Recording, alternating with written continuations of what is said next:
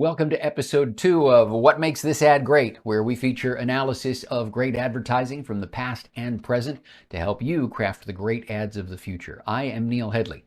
I started my career in advertising as a copywriter in the middle 1980s. I got my first job as an ad agency creative director a couple years later at the age of 19. Now, if you want to talk client lists and results and awards and accolades and all of that, drop me a line and we'll chat about it. But for now, let's get to the fun stuff and dig in. I like to refer to this one as the shot heard round the advertising world. And if you ever dig into the history of great advertising, this one is in virtually any serious analysis of the most influential advertising in history. In fact, more often than not, it is cited as perhaps the single most important piece of advertising ever created. So, the year is 1959. With World War II barely in America's rearview mirror, things are booming. The recovery from the recession of 1958 is in full swing, and with the new interstate system and the baby boom, Americans are driving farther than ever before, and they need bigger cars to transport their, expanding families. Plus, innovations in the automotive sector have led to the muscle car. In short, America is car crazy, and the bigger, the better. The automobile has become an indicator of how successful you are. If you're driving a big car, a fancy car, fast car, you are obviously in the fast lane to success. But then the world hears from Germany once again. Imagine the surprise of an entire nation when they first see this.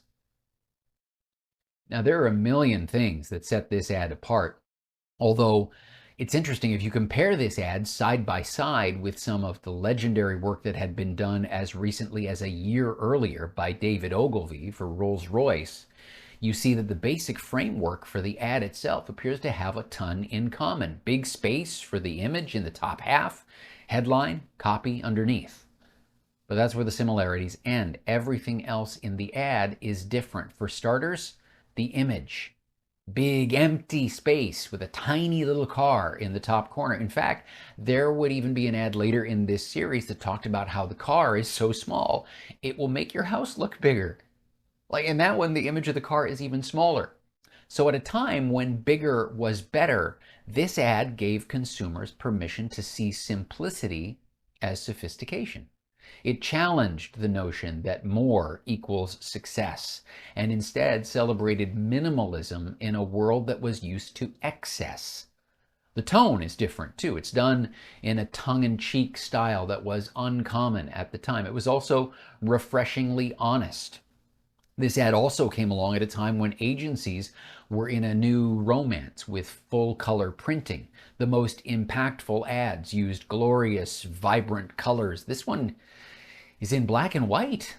And I mean, if you really want to get into the nitty-gritty of it, look at the typography. This was a time where basically every ad was using a serif font. The Think Small ad for Volkswagen uses a sans serif font. Paragraphs not justified to match the column width. They look kind of raggedy and familiar, the same way that they would if you had typed them out yourself. The ad was almost different in as many ways as the car was different.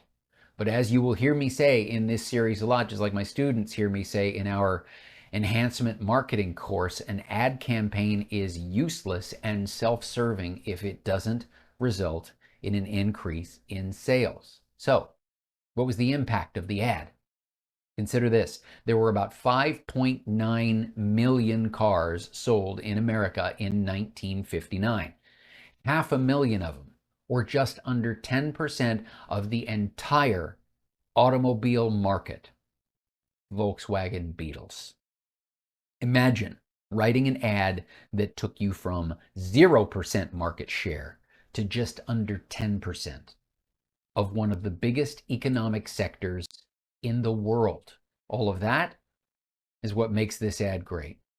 Next week, a TV commercial from 2020 that worked brilliantly despite making its viewers squirm with discomfort. You don't want to miss it, so hit the subscribe button down there or join us for more at whatmakesthisadgreat.com.